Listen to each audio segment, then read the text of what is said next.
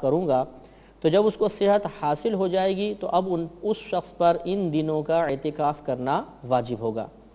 دوسرا سنت موقدہ علی الکفایہ ہوتا ہے۔ سنت موقدہ کا مطلب آپ کو معلوم ہے کہ جس عبادت کا کرنا باعث ثواب ہوتا ہے اور ایک دو بار ترک کرنا گناہ اور برا اور ترک کرنے کی عادت بنا لینے سے انسان گناہگار ہوتا ہے۔ لیکن علی الکفایہ کا مطلب یہ ہوتا ہے کہ وہ عبادت اگر بہت سارے لوگوں کے طرف سے پورے شہر میں سے ایک شخص بھی ادا کر لے گا تو سب کے سب بری ذمہ ہو جائیں گے۔ لہٰذا اعتکاف سنت موقدہ علی الکفایہ یعنی وہ اعتکاف کے پورے شہر والوں میں سے اگر ایک شخص بھی اعتکاف کر لے گا تو سب کے سب بری ذمہ ہو جائیں گے، اسے سنت موقدہ علی الکفایہ کہتے ہیں۔ اور یہ ہی رمضان کے آخری 10 دنوں کا اعتکاف ہوتا ہے۔ اور تیسرا ہوتا ہے مستحب یا نفل اعتکاف، اور وہ اعتکاف یہ ہے کہ جب بھی ہمیں موقع ملے ہم مسجد میں جائیں تو فوراً نفل اعتکاف کی نیت کر لیں۔ نیت دل کے پختہ ارادے کو کہتے ہیں، لہٰذا جب کوئی شخص مسجد میں داخل ہو اور یہ دل میں ارادہ کر لے کہ میں اعتکاف سے ہوں تو اس کا نفل اعتکاف یا مستحب اعتکاف شروع ہو جائے گا اور اس کو ثواب ملتا رہے گا۔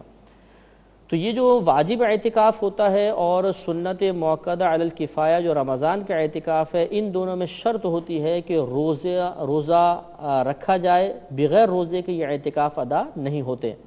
جبکہ نفلی اعتکاف کے لیے روزہ شرط نہیں ہوتا، چاہے آدمی روزہ دار ہو چاہے بلا روزے کے ہو، جب بھی مسجد میں جائے اعتکاف کی نیت کر سکتا ہے۔ تو ہمارا آج کا موضوع رمضان کے 10 دنوں کا اعتکاف ہے جنہیں ہم سنت موقدہ علی الکفایہ کہتے ہیں۔ یہ اعتکاف نبی کریم صلی اللہ علیہ وسلم کی سنت کریمہ ہے، چنانچہ بخاری و مسلم کی روایت ہے۔ سیدہ عائشہ صدیقہ رضی اللہ تعالی عنہا ارشاد فرماتی ہیں کہ نبی کریم صلی اللہ علیہ وسلم نے رمضان کے آخری عشرے کا اعتکاف فرمایا، بلکہ بعض روایات میں پورے مہینے آپ کا معتکف ہونا بھی ثابت ہے۔ چنانچہ ابو داؤد شریف کی روایت ہے، نبی کریم صلی اللہ علیہ وسلم نے رمضان کے اول 10 دنوں کا اعتکاف کیا، پھر درمیانی 10 دنوں کا کیا، اور جب آخری یعنی 20واں اعتکاف کا دن آیا تو آپ نے حجرہ مبارکہ سے یعنی مسجد سے اپنا سر باہر نکالا اور ارشاد فرمایا کہ میں نے شب قدر کو پہلے عشرے میں تلاش کیا، مجھے نہ ملی، پھر دوسرے عشرے میں تلاش کیا، نہ ملی، تو اب وہ مجھے بتایا گیا ہے کہ وہ شب قدر رمضان کے آخری عشرے میں ہے، تو جو میرے ساتھ اعتکاف کرنا چاہے وہ اعتکاف کر لے۔ تو یقیناً آپ کی اس دعوت پر کثیر صحابہ کرام نے آپ کے ساتھ اعتکاف فرمایا۔ تو اس سے معلوم ہوا کہ نبی کریم صلی اللہ علیہ وسلم اپنی حیات طیبہ میں اعتکاف فرماتے رہے ہیں، اور اسی روایت سے اجتماعی اعتکاف کا ثبوت بھی حاصل ہوا کہ نبی کریم صلی اللہ علیہ وسلم کی دعوت پر صحابہ کرام نے آپ کے ساتھ اعتکاف کیا، تو یہ ایک اجتماعی اعتکاف کی صورت بن گئی تھی۔ لہٰذا اجتماعی اعتکاف جیسے بہت سے لوگ کرتے ہیں یہ بالکل جائز ہے اور سنت سے ثابت ہے۔ اعتکاف ایک بہت اچھی عبادت ہے اور اس میں اللہ تبارک و تعالی نے بہت ثواب رکھا ہے۔ چنانچہ ابو داؤد شریف کی روایت ہے، نبی کریم صلی اللہ علیہ وسلم ارشاد فرماتے ہیں کہ جس نے رمضان کے آخری 10 دنوں کا اعتکاف کیا تو اللہ تبارک و تعالی اسے 2 حج اور 2 عمروں کا ثواب عطا فرمائے گا۔ تو اس لیے بہت ہی افضل عبادت ہوئی کہ 2 حج اور 2 عمرے، اور خود صحیح ستہ کی ایک روایت سے ثابت ہے، کوئی ایسا بھی نہیں کہ موضوع حدیث ہو، لہٰذا ہمیں اس سے فائدہ اٹھانا چاہیے اور کم از کم زندگی میں ایک بار تو اعتکاف ضرور کرنا چاہیے۔ اب یاد رکھیں کہ اعتکاف کسے کہتے ہیں۔ اعتکاف کا مطلب یہ ہوتا ہے کہ بنیت عبادت اللہ تبارک و تعالی کی رضا کی خاطر مسجد میں اپنے آپ کو روک لینے کا نام اعتکاف ہے۔ تو معتکف وہی شخص ہوتا ہے جو اللہ کی رضا کی خاطر عبادت کی نیت سے مسجد میں اپنے آپ کو 10 دن تک روکے رکھتا ہے، تو یہ اعتکاف سنت موقدہ ہوتا ہے، وہ معتکف کہلاتا ہے اور اس کو یہ ثواب وغیرہ حاصل ہوگا۔ اس اعتکاف کے لیے جامع مسجد ہونا، یعنی جس مسجد میں جمعہ ادا کیا جاتا ہے ایسی مسجد کا ہونا شرط نہیں ہے۔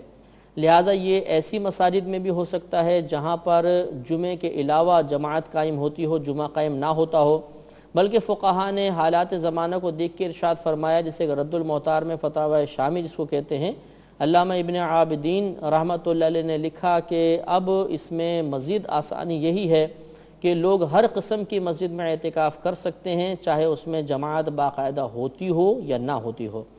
ہاں یہ ضرور ہے کہ اگر آپ نے ایسی مسجد میں اعتکاف کیا جہاں جمعہ نہیں ہوتا مثلا، تو آپ جمعے کی نماز کے لیے دوسری مسجد میں جا سکتے ہیں، ختم ہو جائے تو پھر اپنی مسجد میں آ جائیں۔ اسی طریقے سے اگر اس مسجد میں جماعت باقاعدہ نہیں ہوتی اور قریب مسجد میں جماعت ہو رہی ہے تو جا کر وہاں پر جماعت سے نماز پڑھ سکتے ہیں اور واپس اپنی مسجد میں آ جائیں، تو اس سے اعتکاف پہ فرق نہیں پڑے گا۔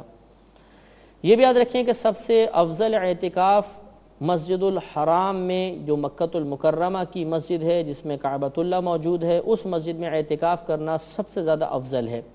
اس کے بعد مسجد نبوی میں، یعنی نبی کریم صلی اللہ علیہ وسلم کی مسجد میں، اس کے بعد جس مسجد میں جمعہ ہوتا ہے، پھر اس کے بعد جس مسجد میں جمعہ نہیں ہوتا لیکن جماعت ہوتی ہے، اور اس کے بعد اس مسجد میں جس میں جمعہ اور جماعت کچھ بھی نہیں ہوتی۔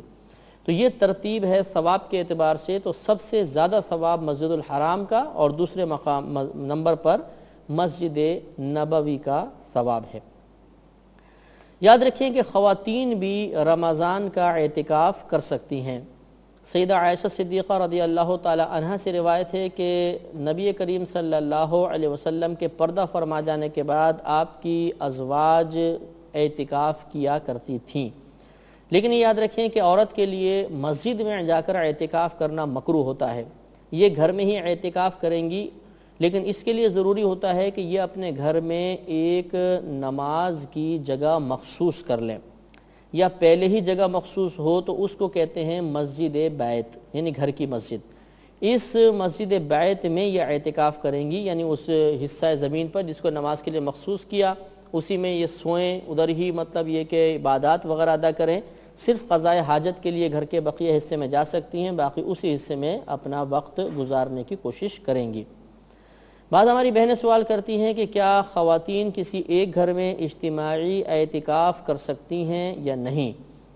تو جیسے کہ ابھی آپ کو بتایا کہ مسجد بیت عورت کے اعتکاف کے لیے ضروری ہے، تو لہذا اگر خواتین، محلے کی خواتین کوئی ایک گھر کا ایک کمرہ مکمل طور پہ نماز کے لیے مخصوص کر دیں تو وہ پورا مسجد بیت بن سکتا ہے اور اس میں اجتماعی اعتکاف ممکن ہے۔ لیکن اس میں چند چیزوں کا دھیان رکھنا ضروری ہے۔ ایک یہ کہ خواتین اپنے گھر سے اس گھر تک آئیں تو درمیانے راستہ باعث فتنہ نہ ہو۔ جس گھر میں اعتکاف کرنا چاہتی ہیں اس میں کوئی نامحرم نہیں ہونا چاہیے۔ اس کے علاوہ خواتین اعتکاف کے دوران تمام شرعی قیود کا لحاظ رکھیں۔ فضول باتیں کرنا، غیبت کرنا، چغلی کرنا، یہ مطلب چیزیں اعتکاف کی نورانیت کو زائل کر دیتی ہیں، لہذا ان سے بچنا بہت ہی ضروری ہے۔ تو اگر اجتماعی اعتکاف میں اس قسم کی خرافات شامل ہو جائیں تو پھر وہ جائز نہیں ہوگا۔ ہاں اگر وہ سب مطلب اپنے گھر سے باپردہ طریقے سے آتی ہیں اور جو اعتکاف کے بنیادی مقاصد ہیں انہیں پورا کرتی ہیں تو پھر اس طرح اجتماعی اعتکاف کرنے میں حرج بھی نہیں ہوتا۔ جیسے کہ پہلے میں نے آپ کو عرض کیا کہ سنت موقدہ علی الکفایہ اعتکاف کے لیے روزہ رکھنا شرط ہے، بغیر روزے کے یہ اعتکاف نہیں ہو سکتا۔ لہذا روزہ ہوگا تو اعتکاف ہو سکتا ہے۔ اگر کوئی شخص بیمار ہے اور وہ روزہ کسی وجہ سے نہیں رکھ سکتا تو پھر وہ یہ سنت موقدہ اعتکاف بھی ادا نہیں کر سکتا۔ پھر اگر وہ اعتکاف کرنا چاہتا ہے تو نفل اعتکاف کی نیت سے اس طرح مسجد میں وہ استقامت کر سکتا ہے، ٹھہر سکتا ہے، لیکن سنت موقدہ اعتکاف ادا کرنے کے لیے روزہ رکھنا شرط ہے۔ یہ بھی یاد رکھیں کہ جب انسان معتکف ہوگا تو ایک بات تو اس میں یاد رکھیں کہ معتکف ہونے کے لیے بالغ ہونا شرط نہیں ہوتا۔ نابالغ بھی اعتکاف کر سکتا ہے، لیکن وہ سمجھدار ہونا چاہیے، جو مسجد کے آداب سمجھتا ہو اور مسجد میں نہ دوسروں کے لیے تکلیف کا باعث بنے، نہ خود مطلب کوئی غلط حرکات کرے، یہ ضروری ہے۔ اور وہ باعث